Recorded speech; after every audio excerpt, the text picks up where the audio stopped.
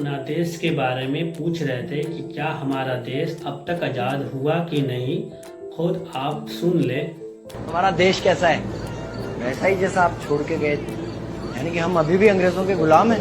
नहीं, अंग्रेजों से तो हमें 1947 में ही आजादी मिल गई थी। अच्छा, तो अब तो हमारे अपने लोग देश चलाते होंगे ना? हाँ, तब तो देश काफी आगे बढ़ गया होगा। जब हमारे अपने लोग देश चला रहे हैं तो गरीबी और भ्रष्टाचार का तो नाम ही नहीं होगा। सबको बराबर हक दिया जाता होगा, किसानों और मजदूरों का अच्छा ध्यान रखा जाता होगा ना? नहीं, ऐसा तो कुछ नहीं है। तो कैसा है बताना मुझे। कैसे हमारे अपने नेता, हमारे आजाद भारत के नेता 100 साल हो गए मुझे गए हुए, बताना। हमारे अपने नेता वो तो अपनी जेबें भरने में लगे हुए हैं। आने वाली 7 पीढ़ियों को नहीं बल्कि 700 पीढ़ियों को ना कमा कर खाना पड़े, उस चीज के इंतजाम में लगे हुए हैं। तो तुम लोग क्या कर रहे हो और हमारे देश का युवा क्या कर रहा है? हम लोग तो इंस्टाग्राम पर रील्स देखने में बिजी हैं। यानी कि हमारी कुर्बानी का देश के लोगों पर कोई असर नहीं पड़ा। सही कर रहे हैं।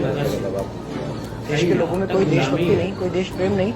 नहीं, ऐसा नहीं है। आपके लिए और देश के लिए बहुत प्रेम है भारत के लोगों के दिलों में। हर 15 अगस्त और 26 जनवरी को तिरंगा फहराते हैं, पूरे जोश के साथ भारत माता की जय बोलते हैं और आपकी डीपी भी लगाते हैं। और भारत और पाकिस्तान के क्रिकेट मैच के दौरान तो हमारी देशभक्ति पीक पर होती है। तुम इसे देशभक्ति समझते हो? तो फिर क्या है देशभक्ति? अगर तुम्हारी देशभक्ति समाज को सुधारने में, गरीबों को अच्छी शिक्षा या बराबर का हक नहीं दिलाती तो कोई काम की नहीं है तुम्हारी देशभक्ति। भ्रष्ट नेताओं और सरकार के खिलाफ आवाज उठाओ, लोगों को एकजुट करो।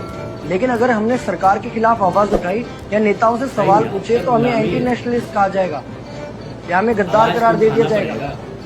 तो डरता है। 23 साल का था मैं जब अंग्रेजों ने मुझे फांसी पर चढ़ा दिया। मुझे तो आतंकवादी कहा गया था।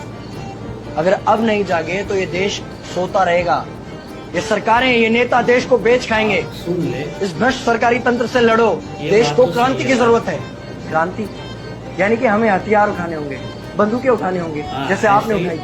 नहीं, हमारी क्रांति विचारों की थी। जब अंग्रेजी हुकूमत ने हमारी आवाज नहीं सुनी तो हमने और जोर से आवाज लगाई और अपने विचार रखे। और क्रांति केवल सत्ता को बदलने तक सीमित नहीं है, बल्कि इस भ्रष्ट अन्यायी तंत्र को जड़ से उखाड़ कर फेंकना है। पर ये होगा कैसे? अपने आसपास से शुरुआत करो। जो भी तुम्हें भ्रष्ट नजर आए उसके खिलाफ आवाज उठाओ, एक्शन लो। तुम्हारे टैक्स का पैसा नेताओं की जेब में जा रहा है, हिसाब मांगो। अपने वोट का सही इस्तेमाल करो, लोगों को जागरूक करो, इस देश को आजाद करवाओ।